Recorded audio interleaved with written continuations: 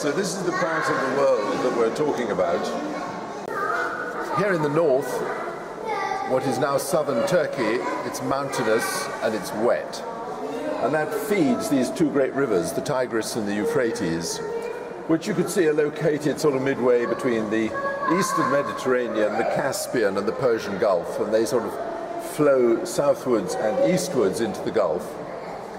And the story starts a long time ago. You've got to imagine the great transition from a hunter-gatherer existence to a settled existence, when people first built little reed huts beside the river, had a few goats, a few sheep maybe, and they grew a few crops and had a few vegetables. And their life was changed, and one of the reasons it was changed was they had a need all of a sudden to store and to prepare food. You didn't just simply go and shoot it, cook it and eat it.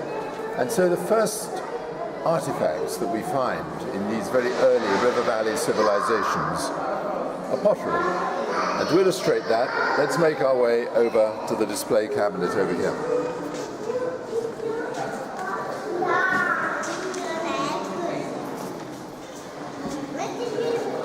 So, these are some of the oldest manufactured objects that we have in the British Museum. And just to give you some idea, we're putting in a historical context. These ones, by the way, come from the central region, those from the north and those from the south. And these pots here are the oldest, and they date to about 6,500 BC. Wow. So 8,500 years old. So they're really very, very antique. And they're decorated. Are they the original ones? Oh, yes. And they're decorated. And if you come a bit closer, you can see these ones have a geometric design of 4 goats on them. Yeah. Some of them are purely just a geometric design, and some of them are symmetrical and very round, and they were made on a wheel, whereas others are modeled by hand, and so they are not quite so straight. Wow. And also, what's interesting about these very early ones is the decoration. If you look, for example, at that, you can see a snake there on that fragment of pottery. Yeah. Next to it are some little animals with spots on them, and they're leopards. There were leopards in this area at that time, and then some wading birds on the right. Down in the south, the tradition was slightly different. The decoration is not so fine, but most of those pots were made on a wheel, so you can have a more elaborate shape, you know. Now, they used the clay, of course, for the pottery, but they also used, for the first time, they used the clay to make representations of the human form. And these little figurines here in the top, they come from Halat in the north of Mesopotamia. And as you can see, they are female fertility symbols, if you will. So they have exaggerated hips and thighs and breasts. And if you look really closely, you can see they're decorated. And it's not clear whether the decoration is tattooing, which is possible, or maybe painting the skin with henna, or it may just be thin clothing. It may just be thin cotton clothing. We don't really know. But while that tradition, the imagery in the north was being developed, in the south it was different. And on that top left-hand shelf, you see, we've abandoned our rather stout figures, and we have these elongated forms. Now, there was no suggestion the people were different, it was just their imagery was different. And if you look at the one second from the left with no head, you can see that she's nursing a child. She has a small child there, and the child is also quite elongated and stretched out. So it's a different image. So anyway, that was the first really important development once people settled, was the use of clay to make pottery and little figurines. It was a Stone Age culture at this stage. They had stone tools. But around about 3,500 BC in Mesopotamia, so earlier than most parts of the world, we get the start of the use of metal. They learn how to smelt, how to extract copper from copper ore, and then by mixing it with tin, you make bronze. And bronze is harder, and you get a much better edge. You make tools.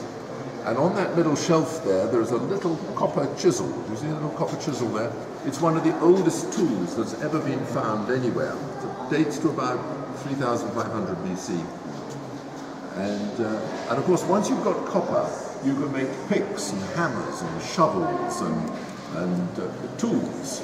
And you can flatten the earth so that you can make a more substantial building on top of it. You can carve not just little bits of wood or little bits of ivory, but you can carve huge bits of wood, and you can make timbers for building a bigger house, and of course you can carve stone. Now they also used, about this time, and successively, the use of metal for decorative purposes. That's the next thing I really want to show you. So if we just stand, don't fall over it, stand on the other side of this bench here. What I want you to look at is this extraordinary object over the door. This comes from Ubaid. It's about 4,500 years old, and it shows a god. God is the figure in the middle, and he's a chimera. He's half lion. He's got a lion's head and an eagle's body, and he's got his talons on the haunches, if you will, of the two stags. Now, what's interesting is his name, by the way, is Imdugad. Imdugad. But what's interesting is how it was made. Because it has a wooden subframe, it's a wooden frame, and then over the frame, the man who made it coiled copper wire. And then into the matrix of wood and copper wire, he then modeled pitch. Pitch is tar, the stuff they put on the road, you know. In this part of the world, oil bubbles out of the ground spontaneously, and if you let it dry in the sun, it goes like chewing gum. It goes quite sticky and hard. Yeah. And then you leave it to dry further, and it sets completely hard. And then he's modeled it in pitch, and then when he's finished that, he then gets sheet copper. The whole thing was covered with sheet copper, hammered on, and you can see the remains of the sheet copper. If you look particularly on the right, on the neck of the deer and on the flank of the deer on the right, and a little bit on the wings, you can see remnants of the sheet copper that has survived. The green one? Yes, no, it's the sort of the one that sort of glistens and looks a bit goldeny, and you can appreciate it's been restored. It was not found in this condition, but you get some idea of what it must have looked like. An astonishing object. So, metal, that was the second really big development. And we're now almost ready to build a city, but not quite. Because we've got copper, we've got metal, we can make big timbers, we can carve stone, we can keep our food in pots and so on. So the big problem is we can't communicate and record. So in order to do that, you need writing. If you want to organize people, you need writing. And writing begins in Mesopotamia. That's illustrated over here. I'm going to start on this side over here.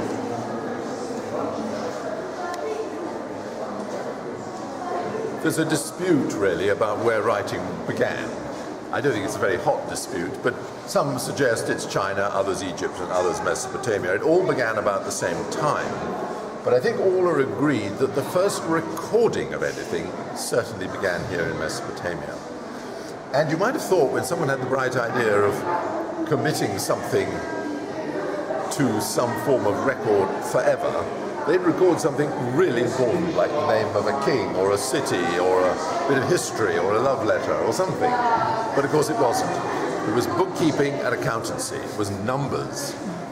And that little clay tablet there shows how the very earliest writing was done. Take a bit of wet clay in your hand, you have a pointed wooden stylus, and you impress the wet clay and then just leave it to dry. And this records numbers. So the scribe has gone 1, 2, 3. He's then turned his stylus around and he's prodded it in endways. And those are multiples, almost certainly 10. So it's 33 somethings, but we don't know what. Chickens, cows, sheep, wives, houses, children, who knows, but 33 of them.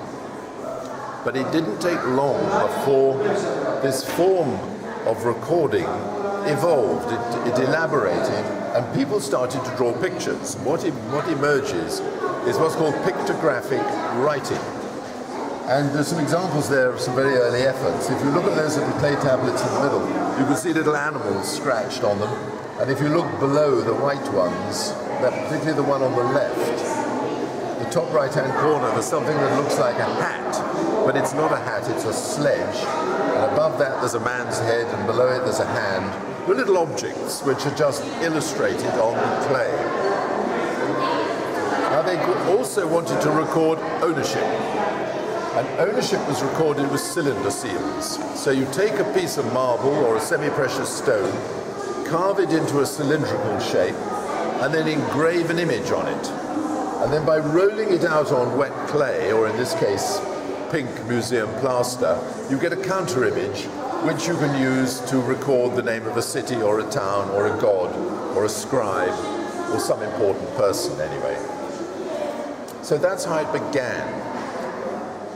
It's sort of writing. You could indicate 6 goats, and if I gave you 3 goats, you know that someone else would have 3 left, sort of idea. But you couldn't convey an abstract thought. You couldn't record some more detailed message. But again, it didn't take long. 200 years later,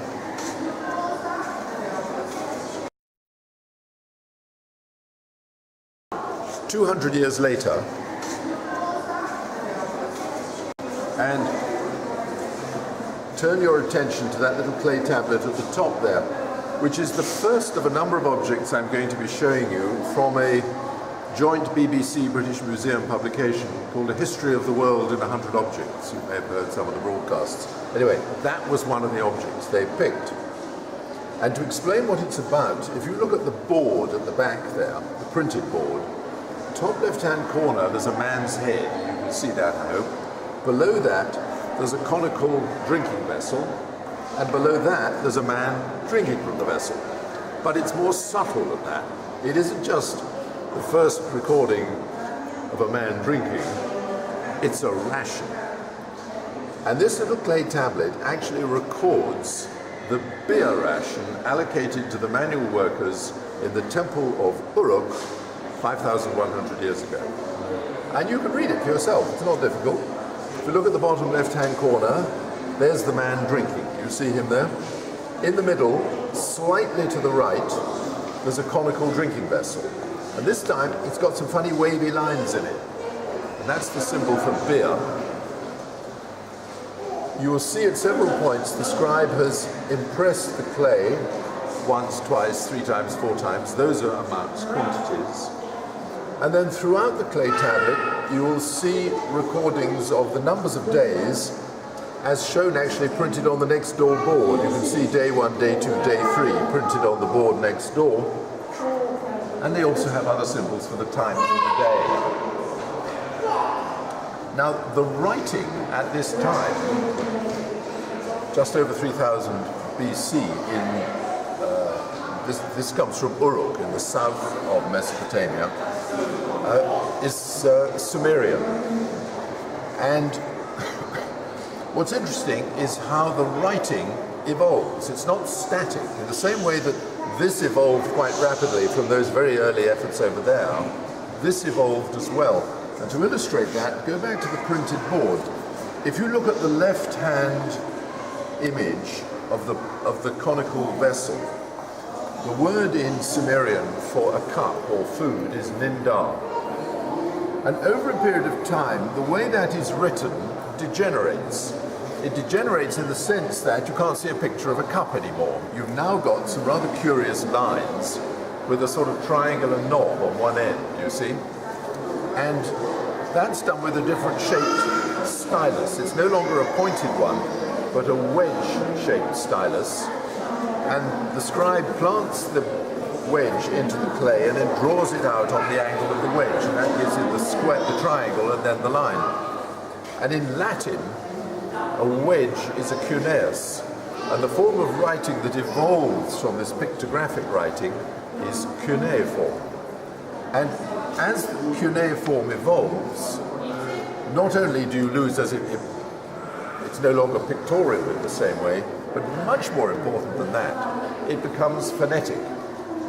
So as you move to the right, it doesn't just mean ka, it means literally nin, da. It is a phonetic way of writing, and the implications of that are that you can use the same writing for more than one language.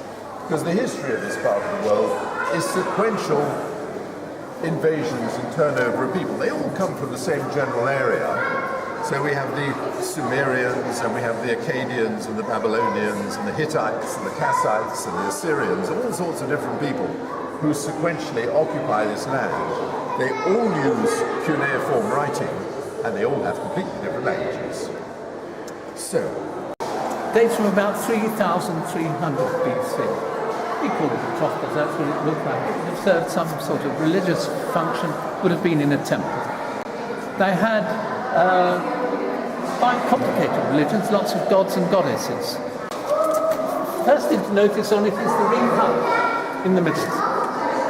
In fact, reed huts not dissimilar to that can still be seen apparently in the marshy parts of southern Iran. But this particular reed hut has some of the reeds terminating at the top in loops. And these are the symbols of the goddess of love and fertility, and in Sumerian her name is Inanna. We'll meet her again under another name later on, which is Inanna in Sumerian. Can you see sheep being led into her hut or temple, and the lambs coming out? Can you see the lambs down the bottom? This is thought to symbolise fertility under Inanna's protection. It's quite a remarkable survival, actually, this trough. So, 3,300 BC, and by this time Uruk was a sizable place, as I said.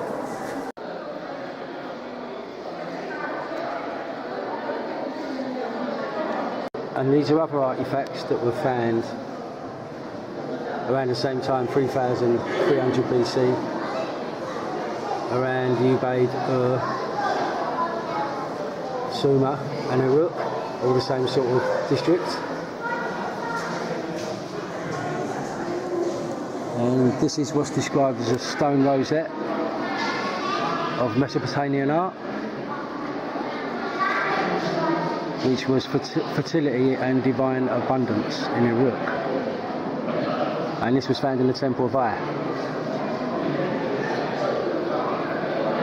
Yes, the Temple of Aya, the Aya Temple. Also found at the Temple of Aya were these figurines.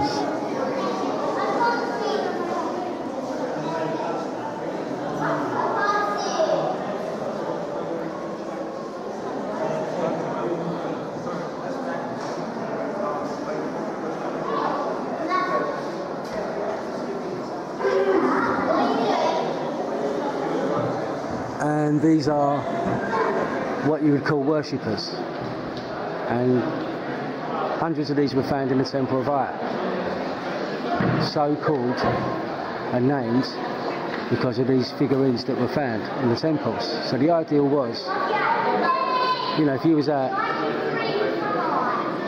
and, you know, you've been a bit of a sinner, you could leave these little statues in the temple representing yourself, and, you know, and they would be prayed to by the police, by the priests, and you'd be forgiven of your sins. For a price, probably.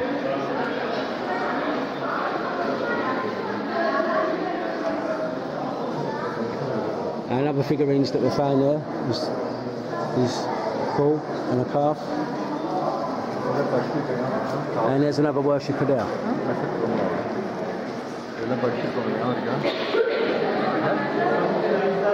Also found in Uruk at the Temple of Aya.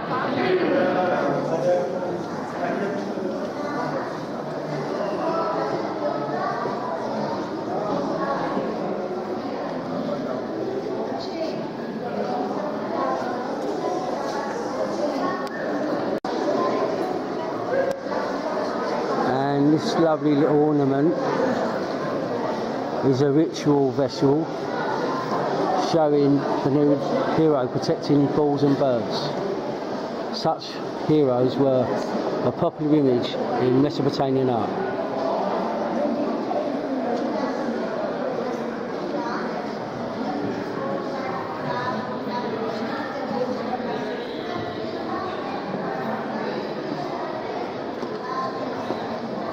And this one shows a bull being attacked by 2 lions.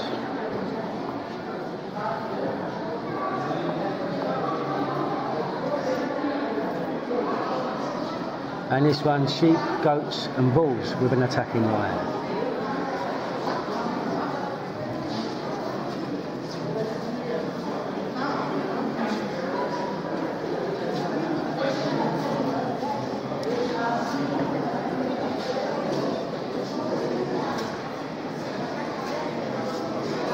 Also from the same period, you have some lovely pottery.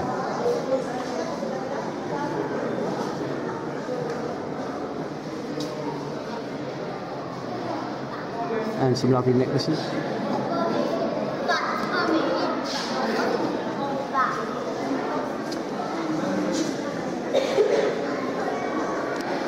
These are the eye goddess statues from a place called Tel Brak. And this is in northern Syria. They date to just before the Sumerians kicked off, which about 3000 BC, so it's from the Uruk period. So they're probably 3000, 3500 BC. But the reason I point them out is that they look like ET. And you'll probably find that some of my ancient astronaut colleagues have got them in their books suggesting that they are aliens or something. I don't believe that they are, but they do look like ET though. Maybe Spielberg came here and was influenced by this. I mean, why the emphasis on the eyes, I'm not sure, but I think it's probably got something to do with the fact that the eyes were obviously the source of a supernatural power that eventually became known as the evil eye. And in the areas where these would have been manufactured, it was the blue eye that was seen as the eye that would cast the evil eye, basically, which is why in this region of Turkey, Syria, even across into Greece, you have these big blue glass jobbies that they hang up with the eye in the centre of that. That's to ward off the evil eye. They believe that particularly blue eyes had this power, and it wasn't necessarily always bad. It was just like this supernatural power, and yeah, I mean, and they created the amulets as protection against these supernatural forces, and there's probably an element of that in here, I would say. Right, okay, carry on.